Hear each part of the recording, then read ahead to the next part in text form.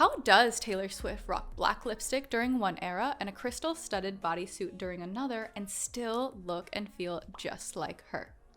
Or how about Sabrina Carpenter? How did she go from girl next door Disney star to the glamorous, sensual goddess that we see now? When we break down our favorite celebrities, icons, thought leaders, and speakers, even though they have entirely different brands and they represent different things, there's always one thing that remains the same. They are always a pure, living and breathing embodiment of their brand archetype. Hello and welcome back to my channel. I'm Iris Celasteria, and today we're going to be breaking down brand archetypes. So when it comes to brand archetypes, I am asked the exact same questions over and over again, whether this is somebody that's brand new to business, they've never started creating before, or they've already made 6, 7, multiple 7, 8 figures, and they want to create more of a movement with their brand message.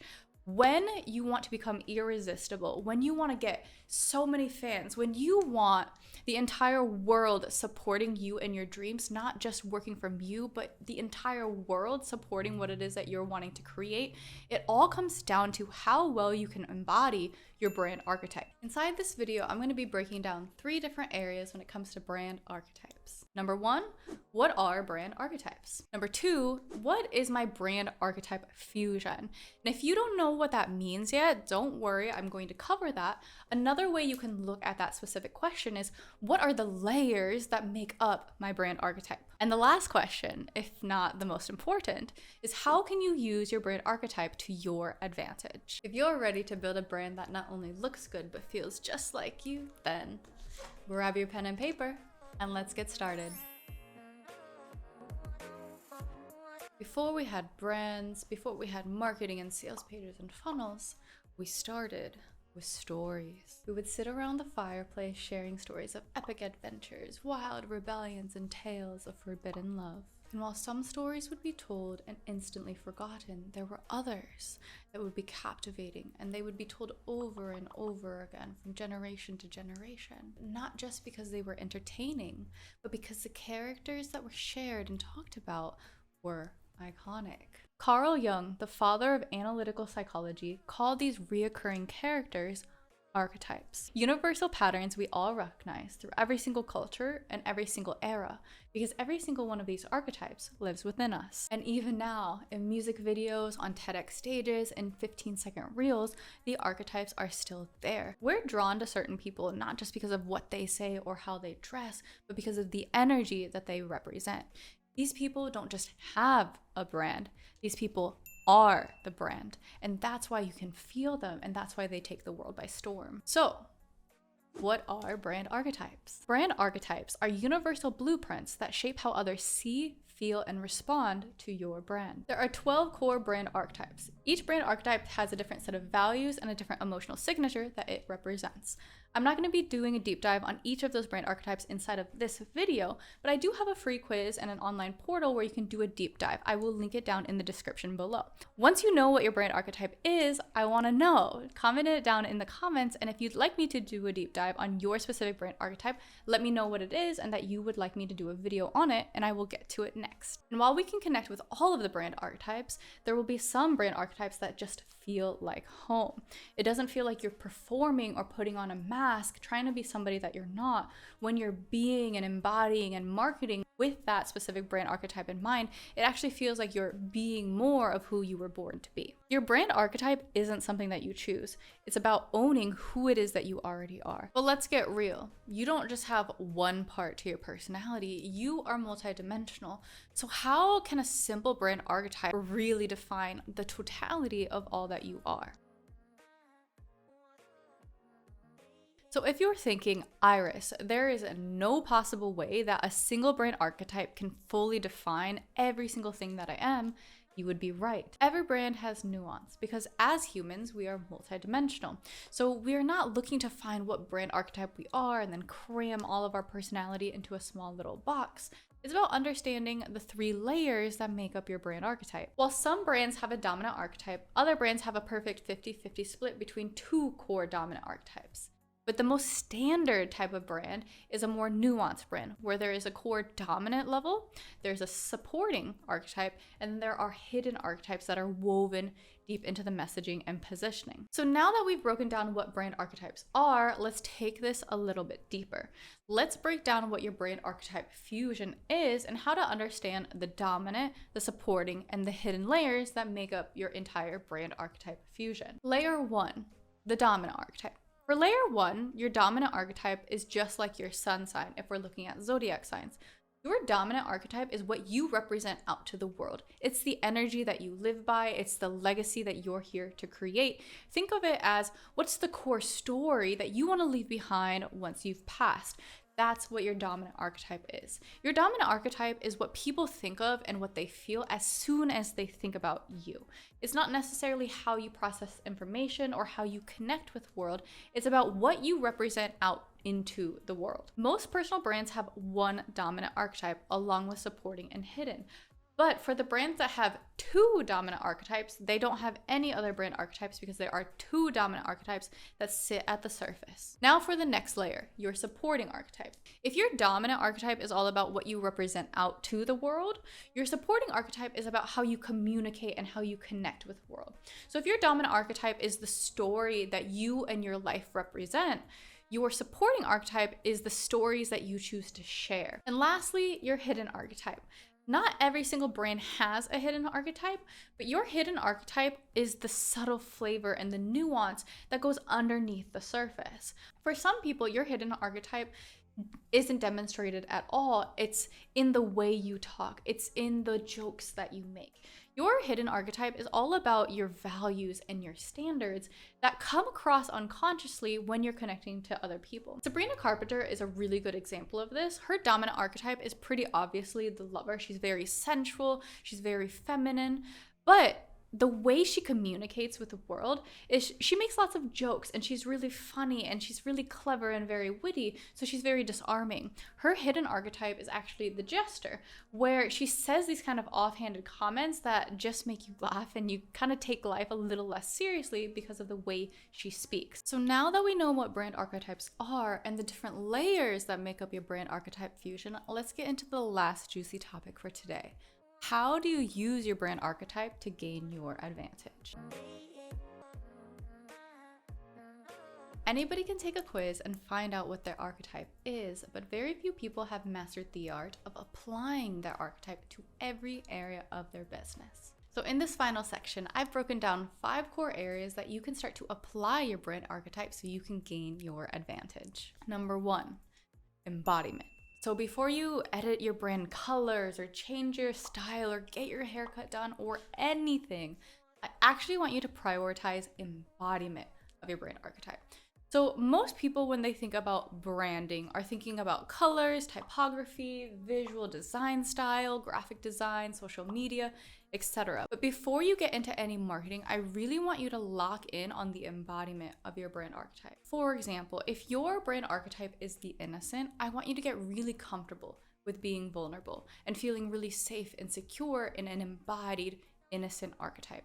If you're the ruler, I want you to really address the parts of you that are afraid of being too much or having too much structure and too much organization, and really seeing yourself as the hierarchical leader that you truly are. I'm not going to go through every single archetype and what embodiment looks like for that specific archetype. You can hang on and wait until I do a video on your specific archetype, or you can check out my archetype archive where I've done a deep dive on every single archetype that you can take a look at for your entire archetype fusion. But the main thing about embodiment is I want you to really feel like that version of you and feel really secure and safe and embodied and powerful in that version of you before you start to do any form of marketing. Because what can happen if you try to market as your brand archetype before you are embodied in it?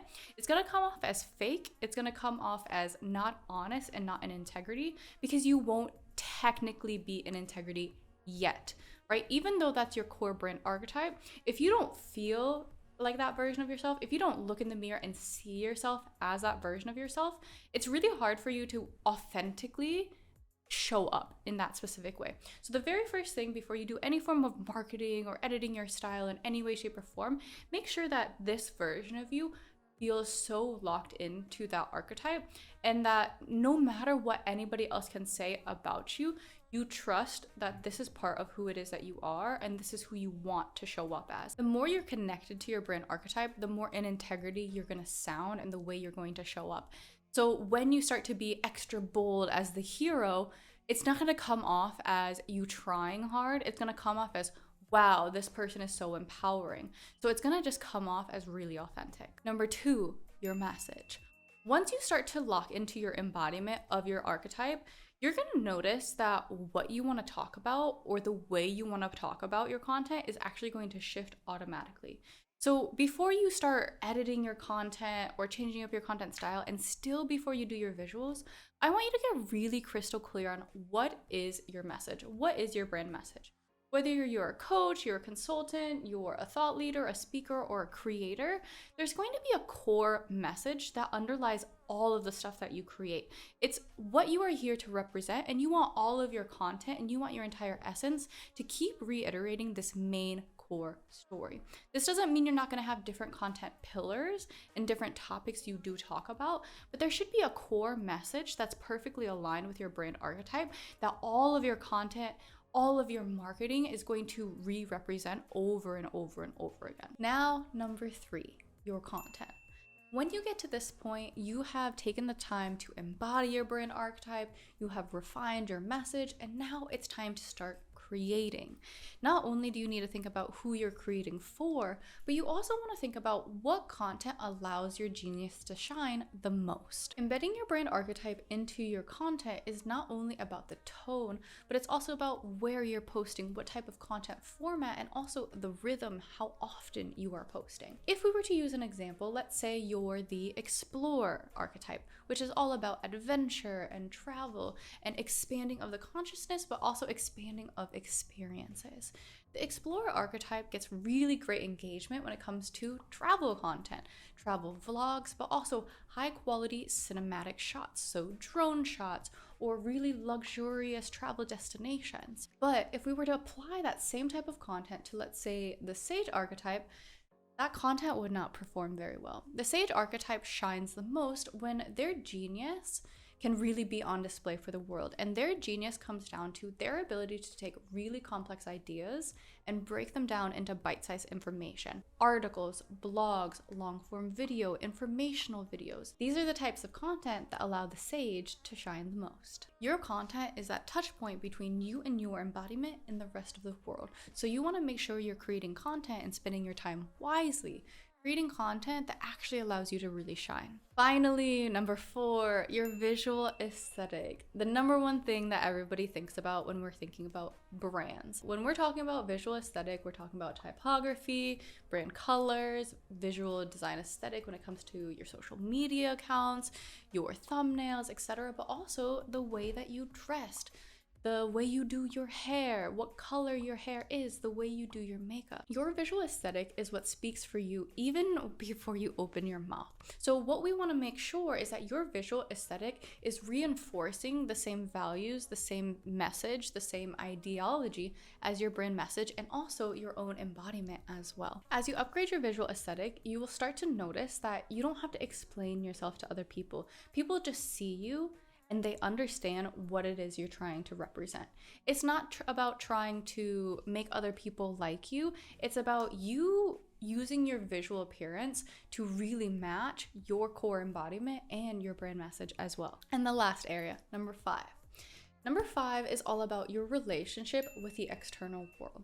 So we've talked about your embodiment, your message, the way you appear to the world, but now I want you to think about what's your relationship with the world. What do you represent to other people? So let's take this for example. Let's say you're the ruler archetype. The ruler archetype is all about your standards and your values and really being this role model to the rest of the world. So the way you relate to other people isn't really trying to be anybody's BFF. It's not even necessarily about storytelling or giving them big aha insights.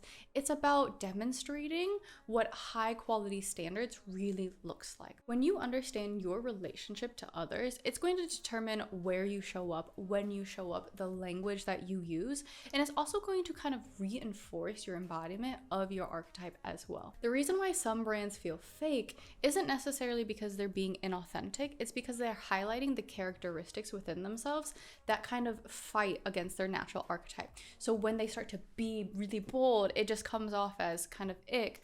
Or if you're trying to be really vulnerable, it sounds like you're just being a victim to your circumstances. So really understanding what's my role in relationship to society and relationship to other people, and then how can I be more of that in the way I talk, when I show up, what PR events I choose to go to. All right, let's start to wrap this video up. So we started off this video by talking about what are brand archetypes. We identified where did archetypes come from and how do they relate to your brand in general.